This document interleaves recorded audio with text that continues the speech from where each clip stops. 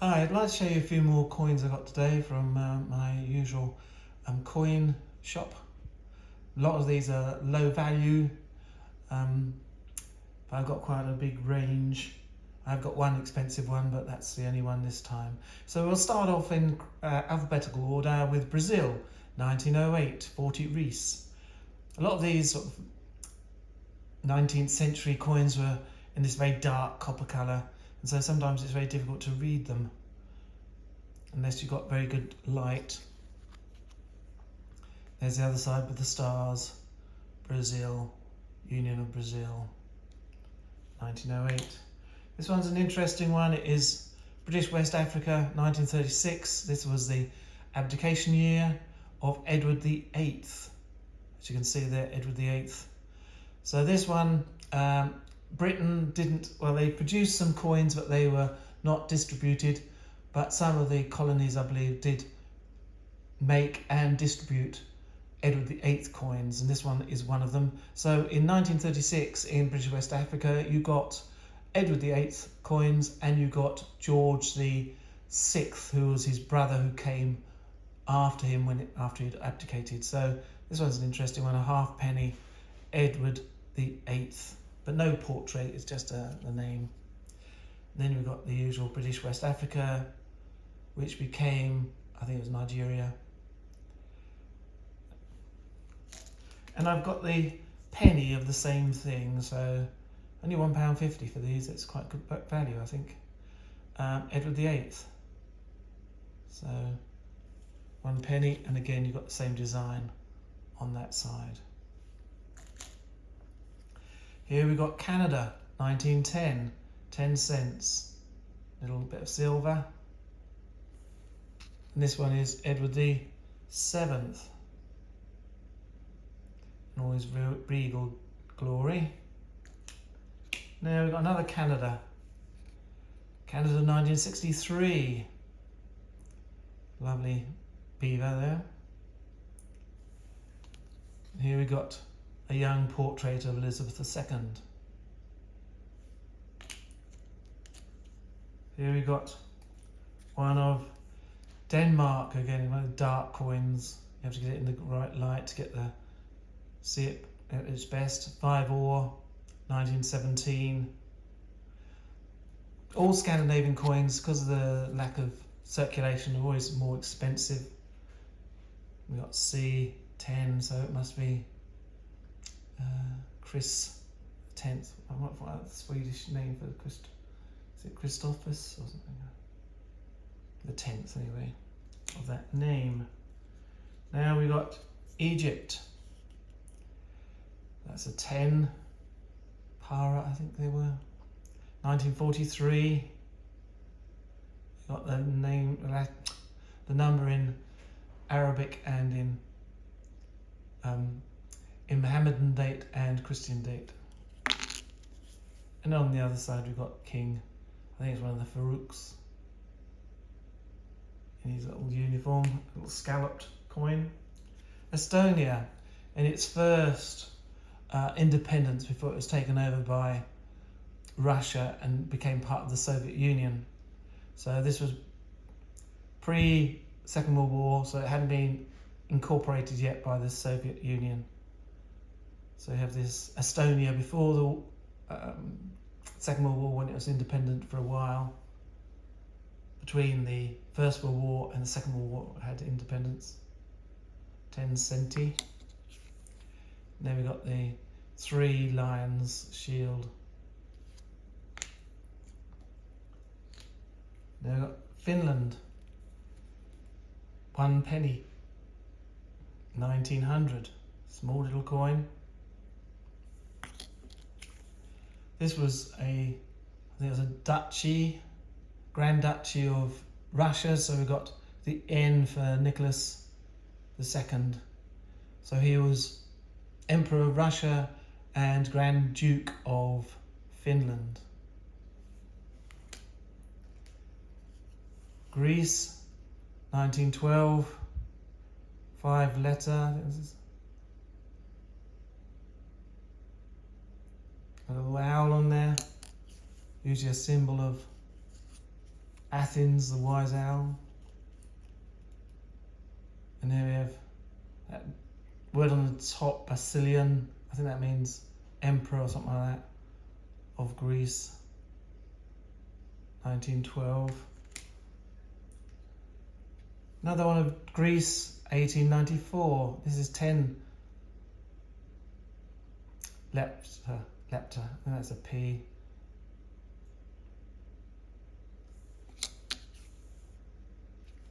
Yeah, it was a crown, it was a kingdom at this point.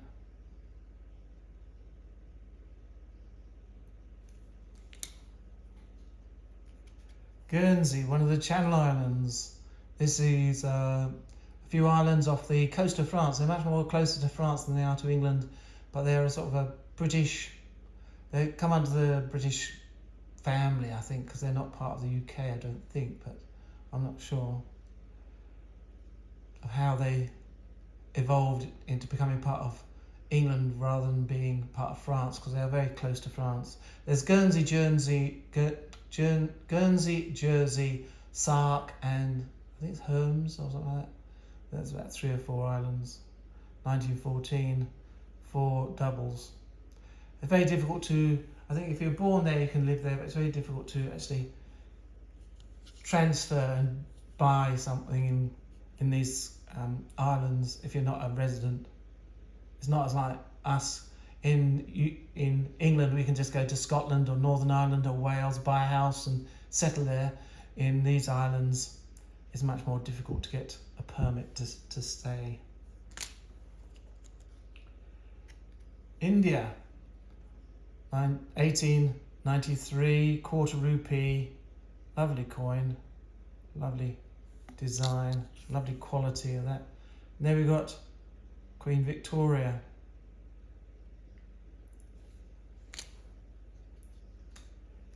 Italy, 1920, little bee motif, 10 cents. Here you have the king, I think it's Victor Emmanuel, is that? King of Italy at that period.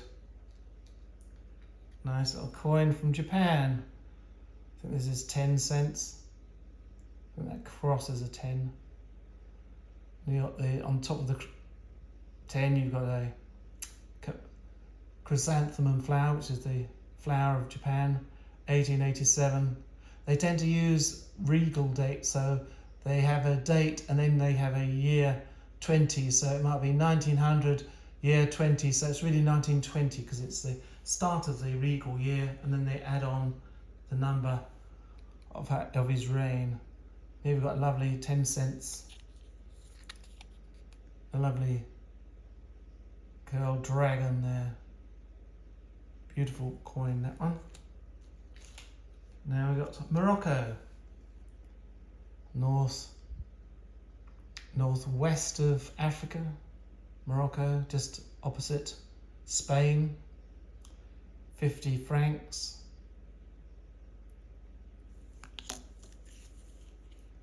There's the other side.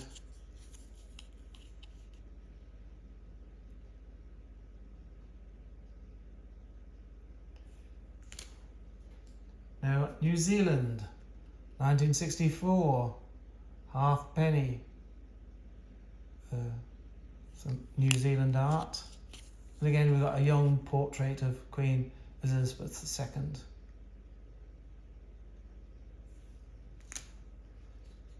Now we've got Norway.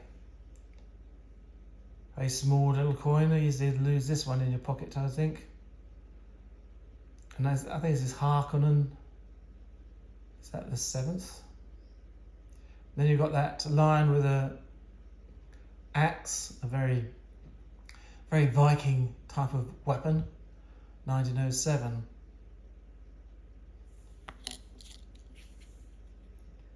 There you've got one oar on that. 1956, Russia, 15. What's this one?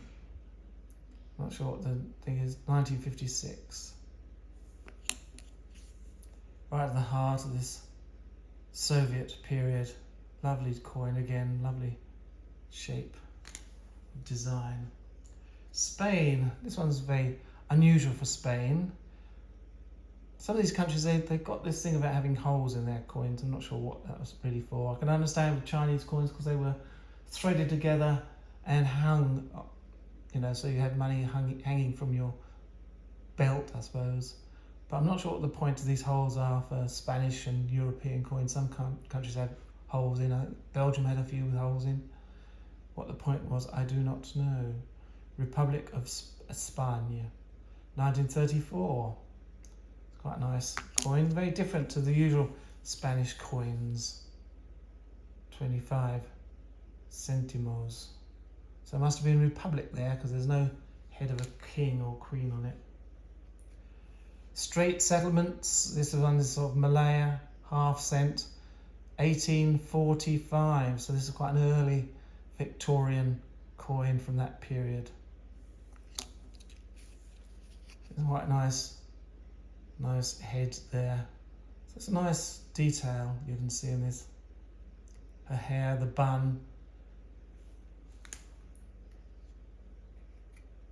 Tunisia, another holy coin, 10 centimes. So it was, I think it's a French protectorate for a while. Protectorate Francais, yeah.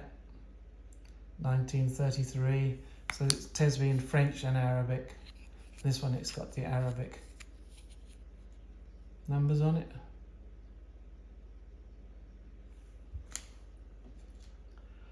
Another Arabic country. Oh, that's Tunisia again. That was Tunisia, wasn't it? Yeah. Another Tunisia. 1916. 10 centimes.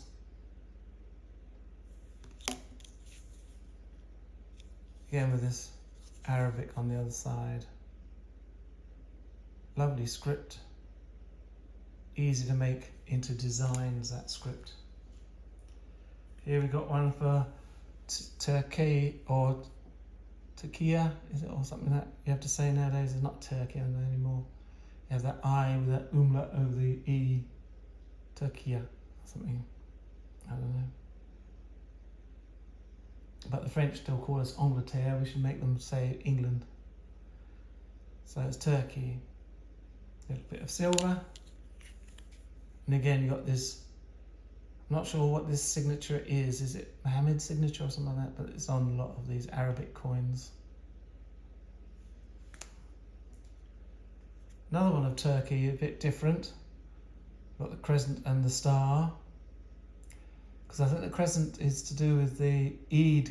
Because Ramadan ends when it's a crescent moon at a certain time. So maybe it's something to do with that. That's 10. I think that's a 1 and a 0. A dot is a 10 in Arabic. There's quite a nice pretty coin on this side as well. I've got it upside down, I think. I don't know. Is it a wheat sheaf or something like that?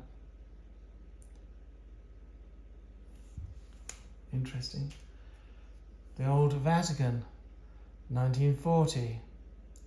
This is the image of St. Peter, Vatican, and the Vatican's crest there, the papal hat.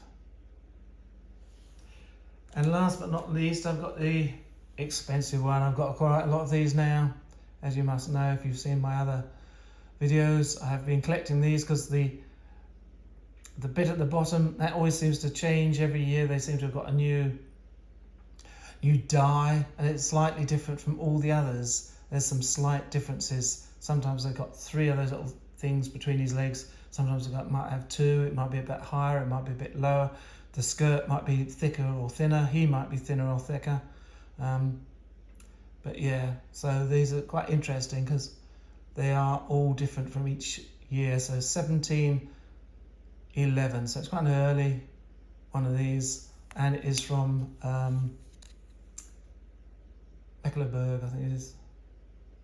George Ludwig.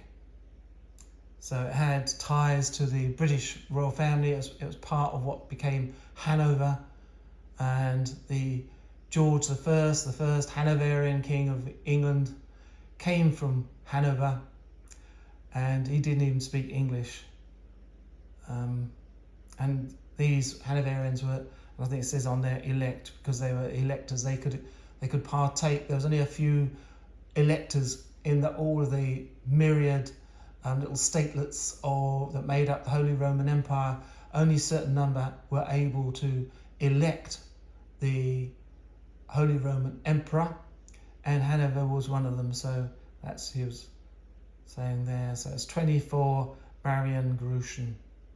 Well, I hope that was of some interest to you, and I'll come back to you soon with some more coins, stamps and other bits and pieces I think you might find of interest.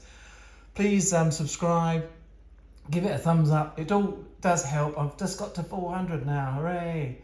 So that's a great celebration. So thank you very, very much for those who've subscribed. Please subscribe if you haven't. It doesn't cost anything, and it does help my little channel. Okay, I'll see you again soon. Bye.